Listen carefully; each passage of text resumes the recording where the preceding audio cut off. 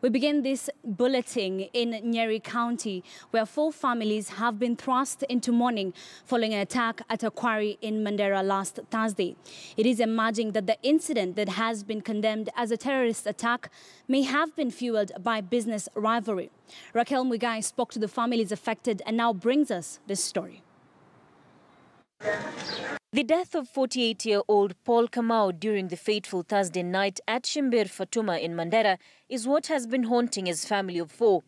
His wife, who appears distraught, yet to come to terms with the death of the family's breadwinner, a man who accepted a work request by a friend to work in a Mandera quarry. Sasa alitoka hapa January 23 wakaenda huko Mandera. Lakini tulikuwa tunaongea na yeye, lakini wakimaliza kama tuseme kawa wiki mbili hivi alinipigia simu akaniambia wanaambiwa watapigwa. Sasa akaniambia akipata fare atakuja. That was the last conversation she had with Macharia as the fare he awaited appeared to drag him onto his final days on earth. And just a few kilometers from this household in Chaka lies the family of John Macharia, who also lost his life in the attack.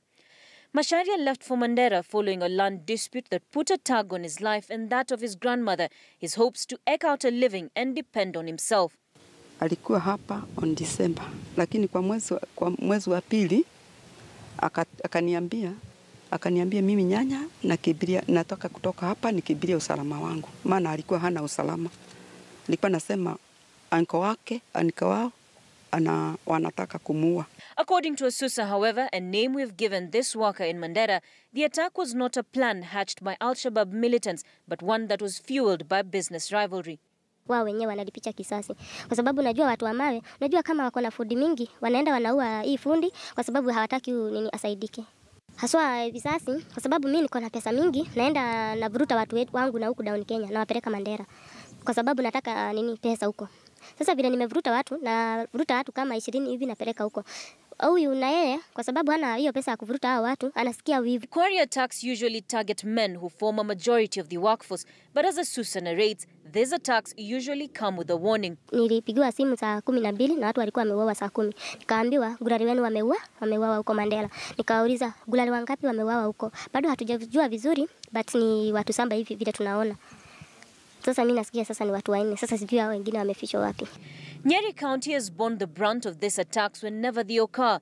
The total number of those who have died from within Nyeri County totaling to 45 since 2014 when the first major attack occurred in Korome Quarry in December.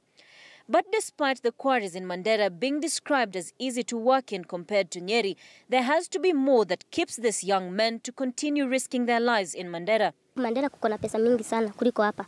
Najua hapa fiti inalipishwa shilingi 8. Huko ni 30, 32, 40, even 45.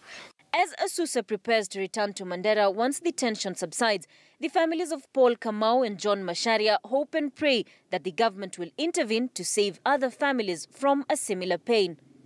This is just one of the major quarries here in Nyeri County that have been deserted by youths who opt to work in Mandera for better pay. Unfortunately, they get caught up in business rivalries and not Al-Shabaab attacks as most will believe. But that will remain a simple truth to the families of those affected and those residing in Mandera. Raquel Muigai, KTN News in Chaka, Nyeri County.